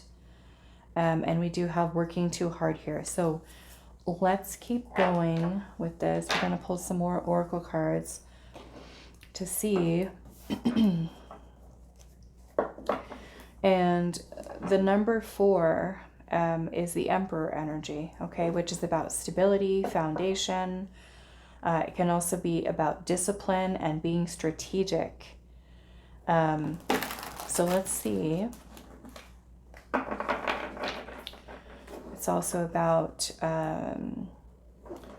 being organized, coming up with a plan, staying disciplined with that plan, getting things done. 0 is the Fool energy. So let's see. Group number 3, what is blocking you from going after what you want?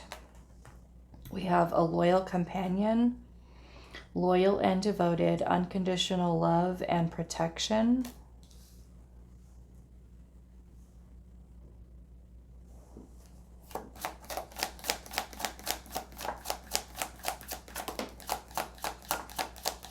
Now, of course, all of you are going to have something very different that you want.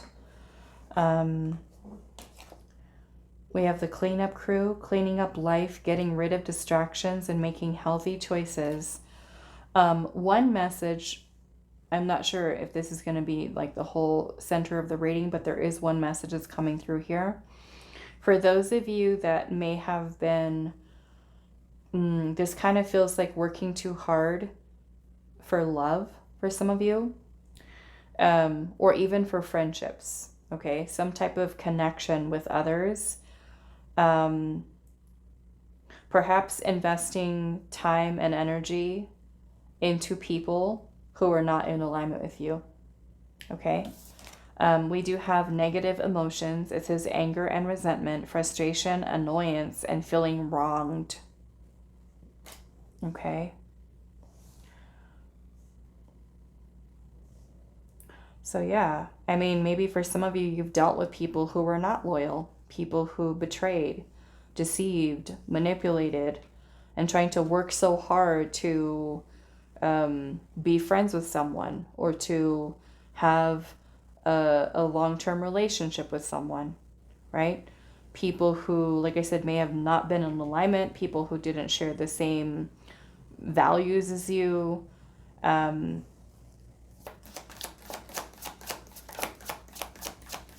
What is blocking you from going after what you want? We've got daydreaming here, and it says fantasizing, escapism, and wishful thinking.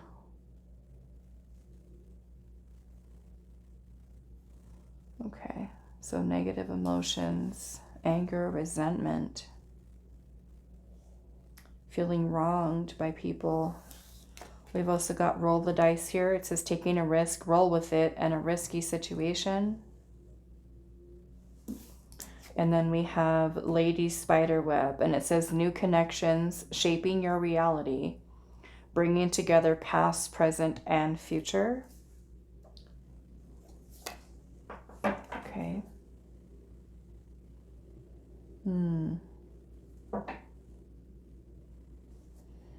Yeah, so some of you, this makes me feel like this is about others. You know, maybe the thing that you want is a friend, a good friend, or a good partner even, you know.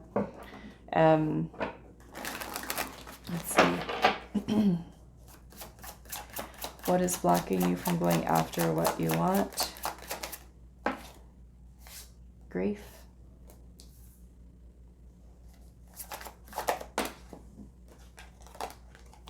And inspiration. Okay. Now, regardless of whatever the thing is that you do want, the thing that you have on your mind right now, apply whatever, you know, the messages that comes through here to whatever your situation is. Like I said, this is a general reading. So all you're going to have very different things on your mind with what it is that you want. So take the meat, right, of the message. I feel like this cleanup crew is important. Cleaning up your life, getting rid of distractions, and making healthy choices. So let's see. And being willing to take the risk. So oftentimes, right, when there's something that we want, we can fantasize about it. Imagine what it would be like to have that thing or to want that thing or the process of getting there. But all it stays is a fantasy, right? Unless we put forth the action, the intention, the willpower to go after something. Now, for those of you where this is about like actual love or a friendship that you're after with what it is that you want, there's certainly going to be a need for discernment here, right? With making sure that we're investing our time and energy and not working too hard, not putting in too much effort to try to make something work. It's understanding that maybe if we're putting in all this effort and it's just not aligning for us, maybe that person is not meant to be in our life, right? Instead of trying to force something and feeling grief over it, that we can be open to letting go, maybe even of the anger or resentment that we might have towards a past person, past situation. We certainly want to release the negative emotions. We don't want to hold on to that energy, okay? So that might be part of you bringing your own energy into balance, being mindful and self-aware if we're angry and resentful and where our vibration is at, okay? We want to be able to align our thoughts, our emotions, our ideas to what we desire, okay? And I can tell you that anger and resentment, I would say for the most part, with whatever it is that you want, anger and resentment are lower vibrational energies. and they probably are not in the same vibrational category of what it is that you desire, right? So we want to honor what it is that we're feeling. If we're feeling angry and resentful, there's nothing wrong with that. You're allowed to feel how you feel, but you don't want to hold on to those emotions where it starts to change your vibration and keeps you stuck in a lower vibrational state of being. We want to honor emotions as they're happening, as they're coming in. We're observing them, we're flowing with them, and releasing them. Okay? Imagine, I want you to, when you're feeling something, the next time this happens, whether it's anger or any type of other emotion that you're feeling, even if it's joy, take a moment to pause as you're feeling that emotion move through your body. Where are you feeling it? Right? In your chest, in your head? Like where is it coming from? Are you feeling that ball in your throat? Right? Are you feeling it up your back? Where are you feeling that energy? Pay attention to that, but observe, right? The things that are kind of happening to you. This is what helps you to be certainly more self-aware, right? Of how these emotions are, how your body's working with them. Okay? Let yourself, or let the emotions move through you. Okay? Honor them in that moment because they're part of your experience. They're valid. But again, we don't want to hold on to them. We let them move through so that we don't become that, right? We're human. We're here on earth. We're going to have many different experiences throughout the course of our lifetime that are going to put us all over the place. Emotionally, mentally, right? Roller coaster, up and down. We can wake up in the morning and be in an absolutely beautiful, positive mood. And then by the end of the day, we've dipped down low. Someone pissed us off at work and we're upset, right? So honor that, but don't become it. Don't hold on to it. Allow yourself to express it in a healthy way, to voice it, to express it in any way that feels comfortable for you, whether that's journaling, writing, talking to someone, speaking your truth, talking to a friend, a therapist, a healer, someone who can help you to understand, right? Sometimes we have a certain feeling or a certain negative emotion, and we're just like, why do I feel this way? Where is this coming from? Sometimes it's not even our own energy. Sometimes we can be picking up energy from work or from being around a certain family member that we feel irritated, right? Our own energy field feels irritated. So cleanup crew, like I said, super important. Let's look at the tarot here. What is blocking you from going after what you want?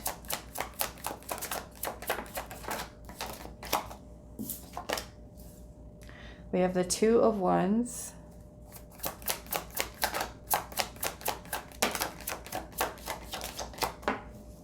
The Eight of Cups. The Five of Wands.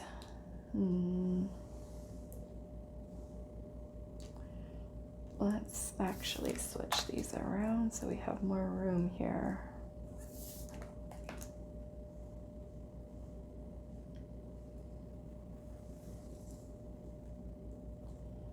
Okay.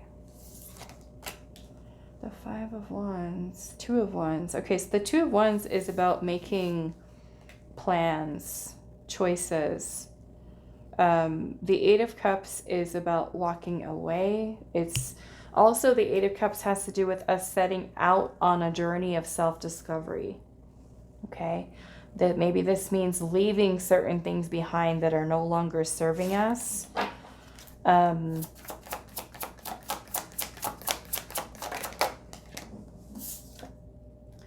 The Five of Pentacles.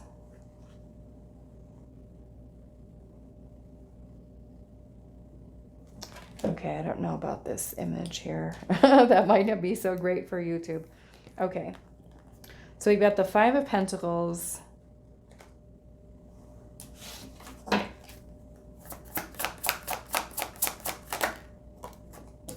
And the Seven of Cups. Okay, so there is the daydreaming, the fantasizing, the escapism, and the wishful thinking.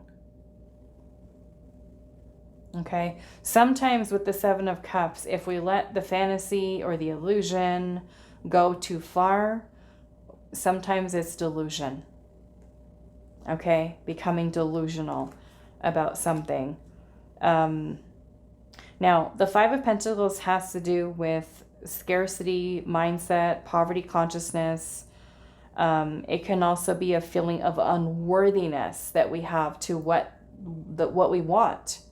Okay, the Five of Wands is also about conflict, fights and arguments. It's the energy of strife, challenge, competition, comparison.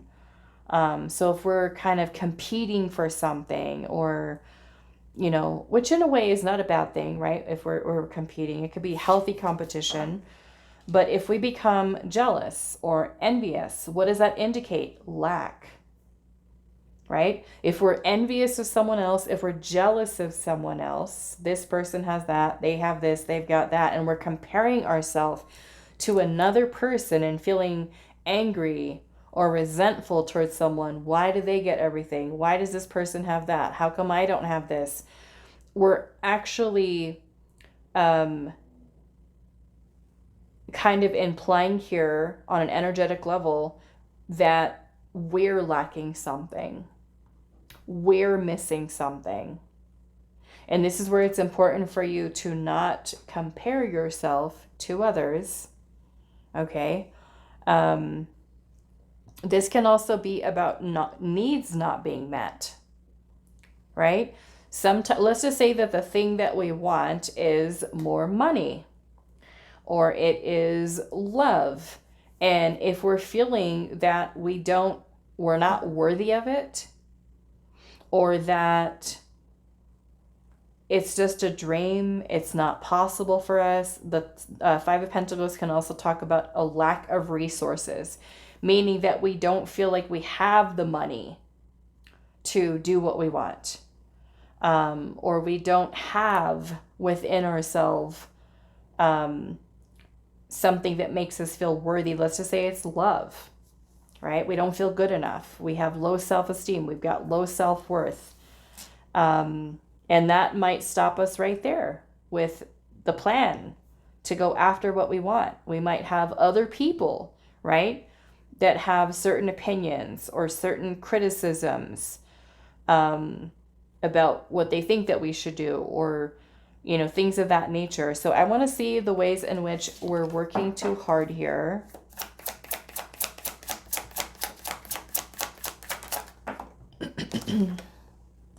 The Ace of Wands has to do with inspiration, a spark, an idea, a passion for something.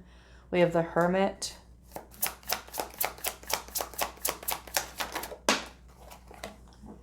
The Seven of Wands and the Page of Wands. Working too hard.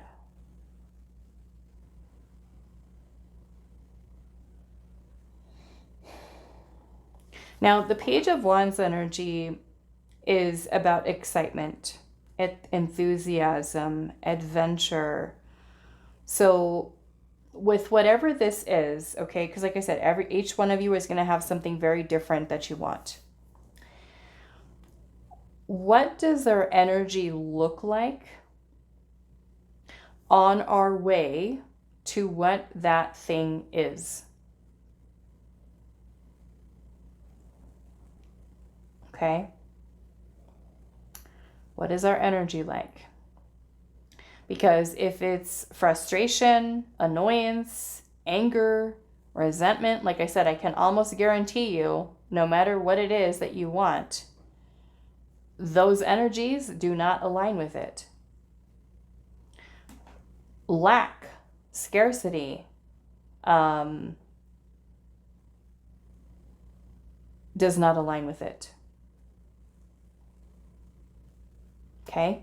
So we want to be mindful, right, of the energies that we're holding on to, the state of mind the emotions, the thoughts that we're using to fuel our energy to keep us motivated towards what we want. Right? We don't want to fuel it with negativity or with the feeling of lack, that it's not possible, it's not going to happen. It's normal, again, for us to experience those emotions. I'm not saying that you have to be completely perfect, because we're not. We're human, right? It's normal for us to feel frustrated, for us to feel annoyed sometimes with something, or to feel angry with something that we're trying to go after and it's just not working out, or it's, taking so long for us to achieve something. But we want to shift into a different headspace, a different emotional space. Like I said, the Page of Wands is about adventure. So in a way, it's like, enjoy the journey. Enjoy the journey. And be willing to let go of things that do not align with what your dream is. Let's just say if it's love, okay? This is the easy example I can give, because I do love readings every single day, all day long, when I'm not doing readings for this channel. Most of my clients are about love readings. But if we're trying to, let's just say we want love, right? We're telling the universe, I want love, I'm ready for love, I'm ready for my soulmate, and we meet someone and we see all the red flags. The person is lying to us, they're manipulative, they're not making us a priority, they're being inconsistent, they're hot and cold, they're not taking action. And we're working so hard to put forth the energy towards that person, because maybe in the beginning of the connection, they said that they were into us and they were putting in all this effort, and then all of a sudden they changed, right? And that could make us feel frustrated, annoying. Where is this going? I feel like I'm wasting my time. I don't know what's going to happen next.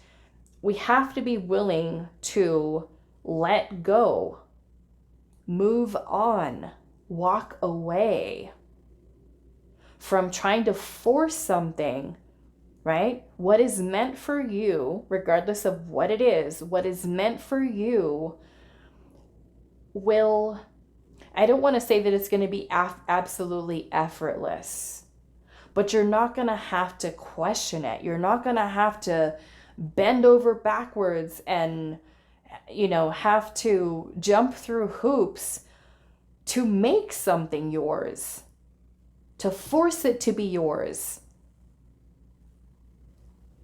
If it's meant for you, it will be yours. So sometimes, right, the process of us getting to that place of what we want, some of you might need to set boundaries with people, to stand up for yourself, to stand your ground. I want what I want. And if that person does not align with that, off they go. Off you go. Right? On your journey. Let that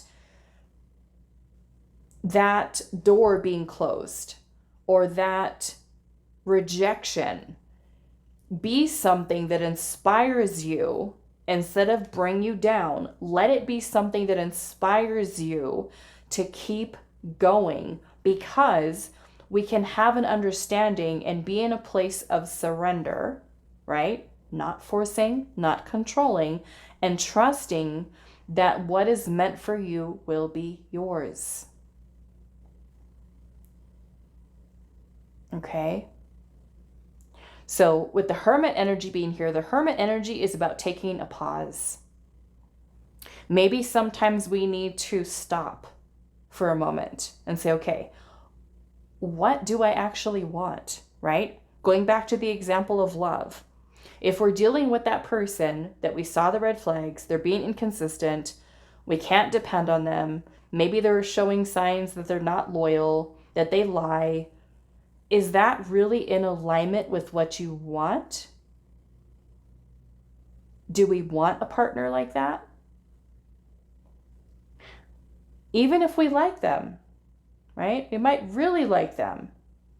But do they align with what we want, with what we truly want? Because if not, we have to be willing to let go and trust that that thing that we desire is there. We need to be willing to let go of what doesn't serve in order to create space in our life for what does. So I say continue to hold the vision of what it is that you want, right? And sometimes what we want, it doesn't always show up in our life the way that we picture it, right? Or in the way that we think it's going to come in. And so there's a need for us to be open, right? I've done readings for people in the past, love readings, where they say, I want love, but yet they put it into a little box. They have to be this height. They have to be this nationality. They have to have this kind of job. So are they really, I mean, I can understand there's certain, certain tastes, right, that one might have of what type of person, of course, they feel attracted to. But if we're going to put it into a little box and say that love can only look like these things, how far are we limiting ourselves? Okay? How far are we limiting ourselves when it comes to that? Sometimes it could be a person, let's just say when it has to do with love, it could be a person that we never would have imagined, right? It could be a person who's like the complete opposite of us, right? Person from a different part of the world who has a different culture, a different religion, a different, completely different upbringing than us. And we never would have thought, right, that we would be drawn to a person like that, or that person would align with us so in such a beautiful way. So I feel like, releasing anything, anyone, doing a little bit of an overhaul, right, of life here, and feeling inspired to put yourself out there, and not let the past be something, because with the bringing together past, present, future, right, we can look at where we're at right now, right, being the present.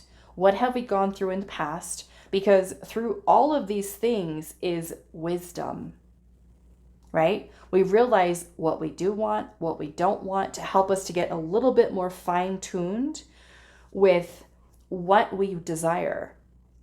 And so that we can take the experience we've had from the present moment, as well as the past, to use that to focus our energy towards what we do want for the future, what we do want that outcome to look like. Okay, I want to ask Spirit here, how are these negative emotions blocking you, okay, from going after what you want? Because part of it might be like, you know what, forget it. I don't even want to try anymore. I don't want to do it anymore. Limiting belief, right? That it's not possible. We can't make it happen. The Wheel of Fortune. Okay.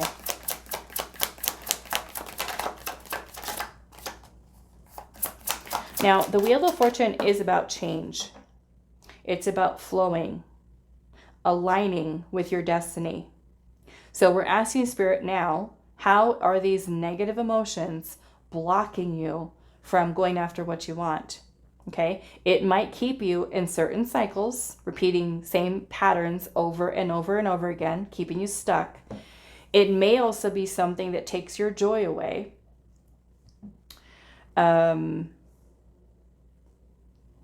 It may be something that makes you resistant to going with the flow. Okay. or even being open to change, being shifted into a different direction. And we have the Four of Swords here in reverse. So the Four of Swords in reverse can be when our mental space, it feels unsettled. Okay, which means we could be ungrounded.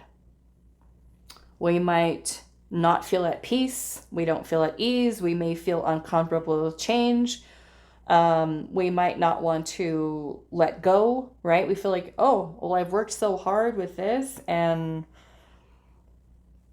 it might even affect our level of perseverance, where we want to just give up.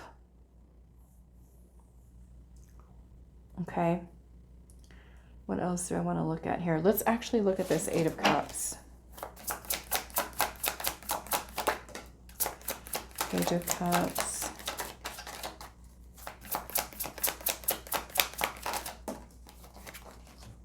The Four of Pentacles. Yeah. So some of you, it might keep you... It might keep you in the comfort zone. Afraid of change. Afraid of taking a risk. Some of you might quite literally just be dealing with, like I said, scarcity mindset earlier. Financial insecurity could be a thing here.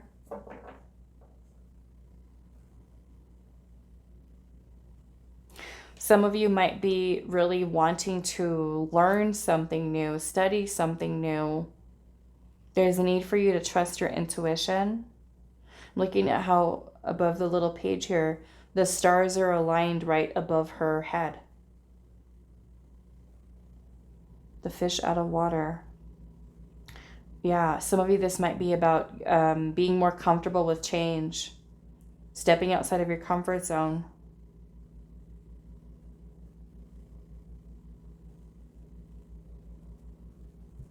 Okay, so let's get some closing messages here. So once we kind of know, right, where the blockages are, we can, of course, be more self-aware and be open to changing them, that part of ourself, coming up with a new way of doing things, a new routine, being aware of patterns that we have, okay? Anything else for group number 3, Spirit? Anything else for group number 3? We have supernatural. It says inexplicable, miraculous, and otherworldly. We also have ecstasy here, yielding, rapture, and bliss.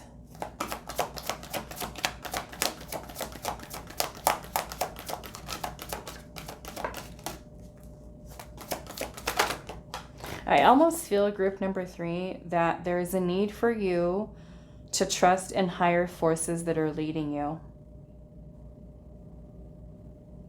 Okay? Ancestors, spirit guides,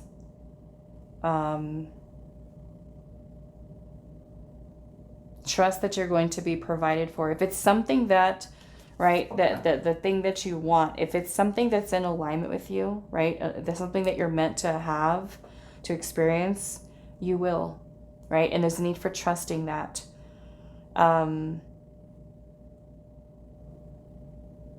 But I like this. This kind of reminds me of Queen of Wands energy, the hunter, the tracker. She's got like a little mischievous smile on her face. Like, I almost kind of see this as you kind of really taking these ideas and feeling inspired, kind of like on a mission, and being very, I want to say, very mindful of every step that you take moving forward. It almost reminds me of Knight of Pentacles energy. Slow and steady. Okay. All right, so I'm going to leave this here for you, group number 3. I do hope this reading was helpful for you all, and I will see you in the next one.